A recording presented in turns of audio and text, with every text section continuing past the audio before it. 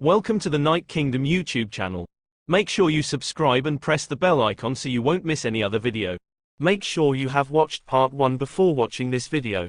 Now that you know what is chess, different pieces in chess, their movement, and the names of each square in chessboard. Let's go ahead and learn how pieces are arranged on the chessboard. There are two color pieces used in chess, black and white. If a player chooses white pieces, then his opponent will play with black pieces.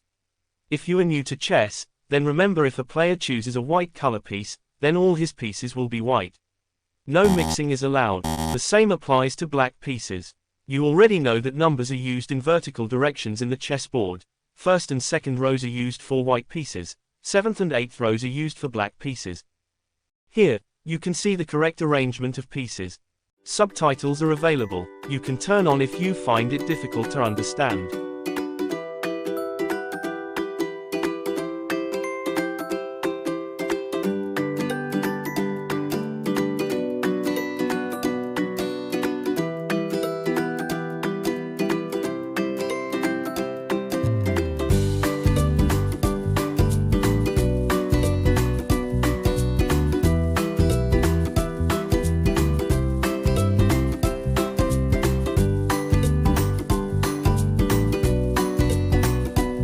Now, let's see how different pieces capture other pieces. Starting with the pawn, do you think pawn captures other pieces straight because it travels in a straight manner? No, pawn captures pieces only in the diagonal direction and only one step.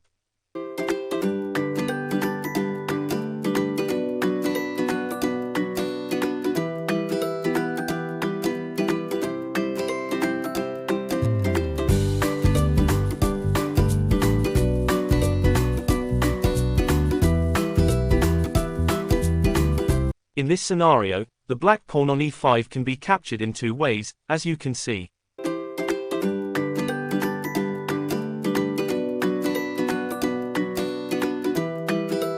Also, white pawn on d4 has two options to capture either e5 or c5 pawn.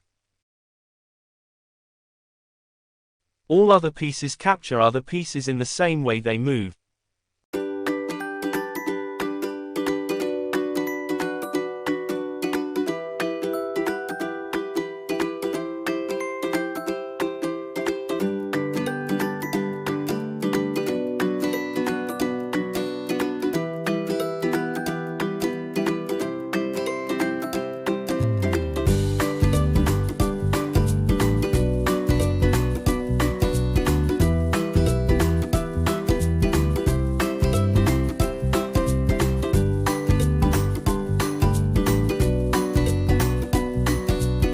Let's look at symbols used for different chess pieces. King is represented by K. Queen Q.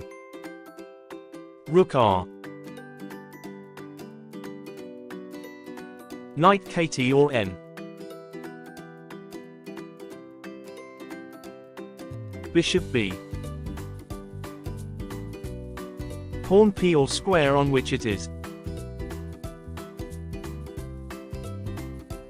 Can you name the positions of each piece on the chessboard?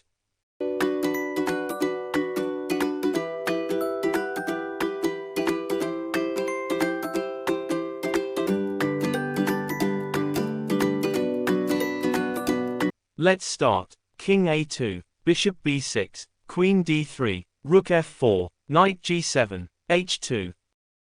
The symbol shown here is used to represent capture. Let's say the rook on d3 captures pawn on d6. We write it as a symbol of the rook R captures d6. Remember, we don't represent captured pieces. A more typical way we write a chess game is that we use numbers to represent how many moves were played in a game. The first move represents the moves of white pieces, and the second move represents black pieces. Now, let's see a few moves of a game to understand better. White plays e4 and black d5.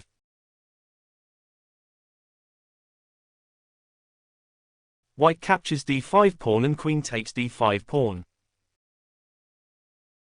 Then knight c3, queen d8. Hopefully, now you have gotten a better idea. Let's see some important terminologies in chess. First is en passant. As you can see in this position, if black plays f6, you can easily capture him, right? But we know each pawn can move 2 steps in the first move, and now black plays f5.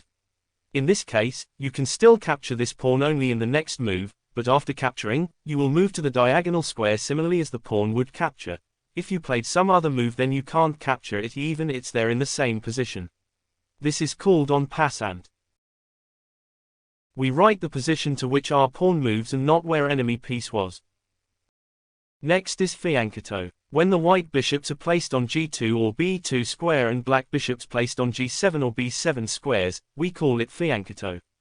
The reason for this is that it helps in castling. We'll see what is castling in a bit. Also, you can see the longest diagonal on the chessboard, and they need to be protected, which can be done through fianchetto.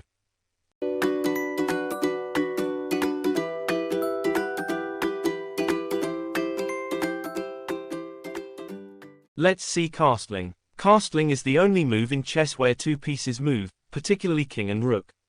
The main idea behind castling is to safeguard the king and bring rook into action. There are 2 types of castling, king's side castling and queen's side castling. In king's side castling, the rook near the king is used for castling. The king moves 2 steps right, and the rook moves 2 steps left as shown.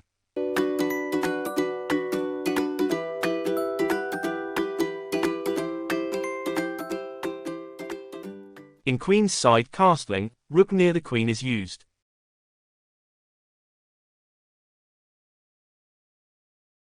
King moves 2 steps towards the left, and the rook moves 3 steps towards the right.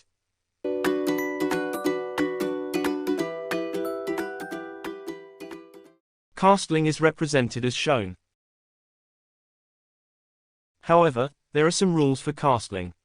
The first rule is that king cannot castle when it is in check. As you can see, the queen gave a check. Check means it's like an opponent saying see if your king can be saved from the attack. In this case, king cannot castle to escape the attack.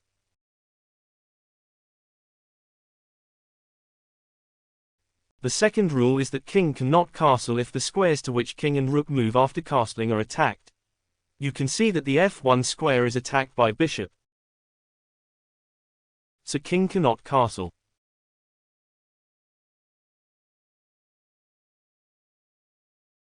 However, in queen's side castling, you can see that the b8 square is attacked, but still, the king can castle because after castling, neither rook nor king moves to that square.